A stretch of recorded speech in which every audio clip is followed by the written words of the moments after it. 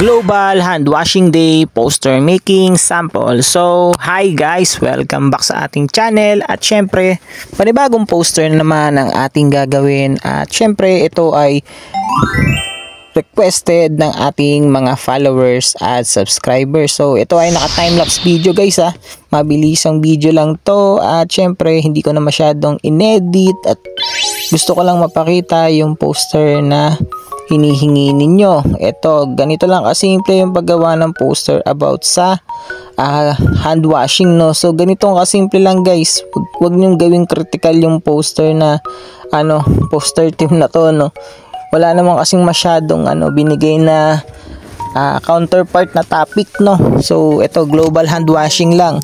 Ito yung simpleng idea na pwede mong magawa kapag once na ang tema is about global hand washing. Hand washing, paghuhugas ng kamay, tamang paraan ng paghuhugas ng kamay, o yung yung mga pwedeng makita kapag once na magandang benepisyo, o yung mga pwede mong ilatag na mga simbolismo kapag once na ang tema ay about sa global hand washing, no, sa paghuhugas ng kamay. So ano ba yung mga pwedeng makita sa loob ng poster, no? So ito, i-explain natin yan. Dito nag-start tayo sa pag-outlining. Outlining process muna tayo guys, no. So yan, gamit tayo ng mga markers na merong mga maninipis na na tip. Ayan, ito yung ginawa natin. Tapos syempre gumamit din tayo ng marker na may makapal, no, na para syempre may mga diin at saka may kapal at may nipis na na outline. Mas maganda kasi tignan ganun guys. Pero sa mga on the spot poster making is medyo matatagalan kayo pag mga ganito yung diskarte, no. Pero depende pa rin sa inyo kung mabilis kayong mag-apply, no.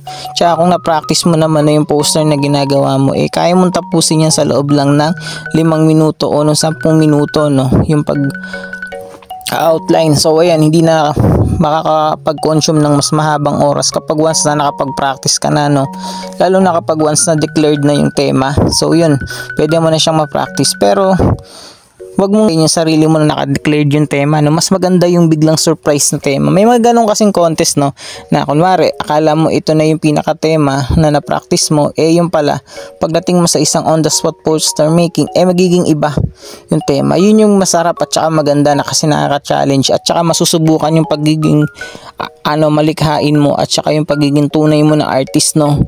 So yun, masarap yung mga ganyan, yung mga ganyan pa-challenge, no. Yan talaga yung mga gustong-gusto kong challenge sa loob ng isang contest kapag once nasasali ako. So yun, sana ma-adapt nyo rin yung ganung mindset. So yan, makikita nyo sa loob ng poster natin, ayan, may kamay, no, sa loob. Ito yung pinaka-centerpiece natin, no. May kamay na pinapakita yung paraan ng paghuhugas. Ayan, syempre hindi mawawala yung sabon, 'di ba? Gamit tayo ng sabon sa paghuhugas at syempre yung paggamit ng malinis na tubig. So yan, yung mga simbolismo napaka-importante niyan guys, kasi yan yung magre-representa, no. Yung parang nagkikwento ka sa loob ng isang poster, no, pinapakita mo yung yung pinaka image, no. Tapos kailangan may mensahe yung pinaka-poster mo. Pag once nagagawa ka, hindi basta-basta o bara-bara lang na mailapat mo yung mga simbolismo. Kailangan para ka talagang nagkikwento sa loob ng poster mo. Once na nakita ito ng titingin, ng maguhurado, kasi hindi pare-parehas yan, lalo na kapag once na nasa isang contest, magkakaiba sila ng taste, no. Lalo na kasi lahat ng artist may kanya-kanyang atake, no, may kanya-kanyang style, may kanya-kanyang diskarte sa paggawa ng mga obra nila. Kaya kailangan the more na simple, the more na madaling maintindihan, the more na mas malaki yung chance mong manalo. Yun lang yung pinaka tips ko. By the way, nag-upload na rin pala ako ng videos kanina, no. 2 video pala yung in-upload ko ngayong araw. Tignan nyo na lang yung ng Sining, Diwa at Damdamin. Ayun, in-upload ko na pala yung videos niya kanina. So inuna ko muna siyang i-upload yun bago ito, kasi yun yung pinakahinahanap talaga ng mga nanonood sa atin, ng mga subscribers natin. So yun, balik tayo dito sa tema na ginagawa natin, sa poster na ginagawa natin, no. Ayan, makita nyo yung sa taas yung faucet o yung gripo. Syempre may tubig. Syempre paano ko nga naman maghuhugas ng kamay, diba, kung walang tubig. So yun, ganun lang kasimple. Bali naglagay din pala tayo diyan ng mga no simbolismo ng sanitizer, yan yung alcohol, 'di ba? Nilaglagay din tayo diyan. Tapos ngayon, yung mga gamot, ayan, yung mga resetang gamot, yan yung RX, 'di ba? May nakalagay.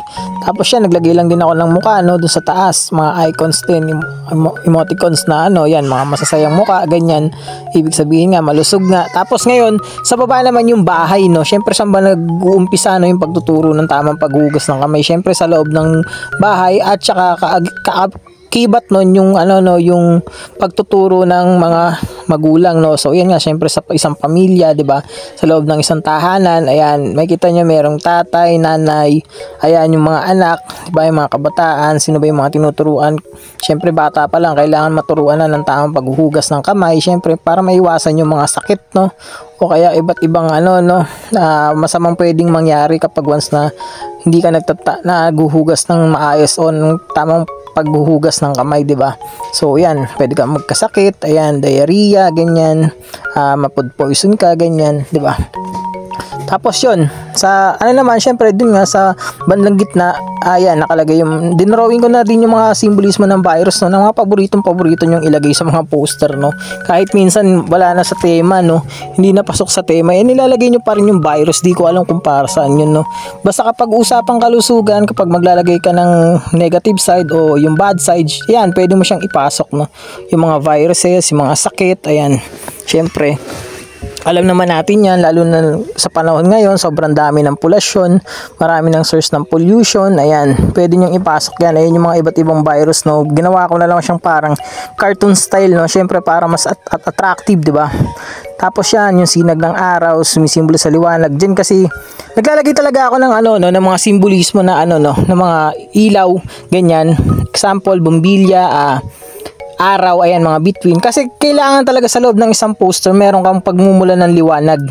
Yun yung napaka-importante, no, kasi dyan mo ibabase yung pinaka-shading, pinaka-shading ng mga objects, no, na gagawin mo kapag once na nagkulay ka. Hindi pwedeng sabog-sabog yung pinaka-shading, so yung mga pinaggagalingan ng liwanag, kasi ang pangit tignan, 'di ba? Kailangan talaga may source ng light sa loob ng isang poster, kasi nga para kang nagkikwento, 'di ba? Ayan, ganyan, kailangan maayos, tawag dito, organize yung poster mo, maganda tignan kapag once na yung visualization niya, yung visual niya, kailangan malinis, maayos, 'di ba? Tapos yan, ganun lang, ayan, may cross, syempre, pagiging religyoso, pasok nyo na lang din yan. Meron din yung emoticons, no, ng puso, 'di ba? Tsaka yung nakangiti, no, ibig sabihin masaya. Tapos yan, nilagay ko na din yung ano, no, yung syempre kapag once na okay yung kalusugan mo, pangangatawan mo, kaya mo makapagtapos sa paaralan, no. Ayun, may nakalagay na parang ano, no, yung toga, yung sa diploma.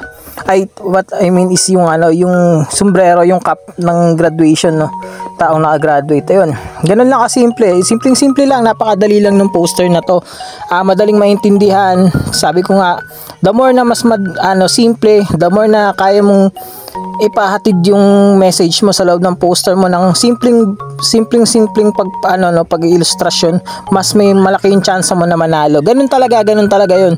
Hindi mo kailangan gawing critical yung mga poster na ginagawa mo, especially kung kunwari yung competition na may mga time limit, guys, yung on the spot poster making, ayan, hindi mo na kailangan gawing critical, guys, kasi matatagalan ka lang talaga sa pagbuo. Kailangan the more na simple, the more na mabilis maintindihan, the more na mas malaki ang chance mong manalo. Ganun lang, aaralin mo lang kung ano yung mga dapat mong ilagay ni simbolismo. Pwede kang pumili ng mga maayos na simbolismo, yung mga kaya mong gawin, kaya mong i-drawing sa loob ng oras na binigay.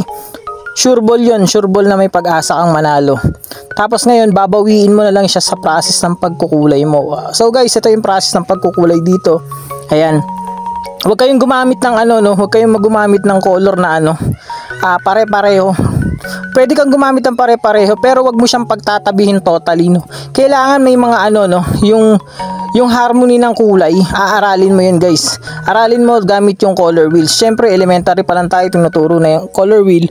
So, alam mo na yung mga kulay na magkakatabi, no? Alam mo na yung light at dark colors. Kaya, kapag once na nag-apply ka ng isang color na light, always mong tabihan ng isang dark para may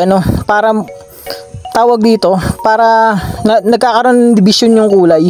Hindi yung kunwari light tapos magiging light lang ulit, 'di ba? Kaya nga kailangan kapag once na nag-apply ka ng oil pastel, alam mo kung paano gumamit ng shading, no, ng color shading.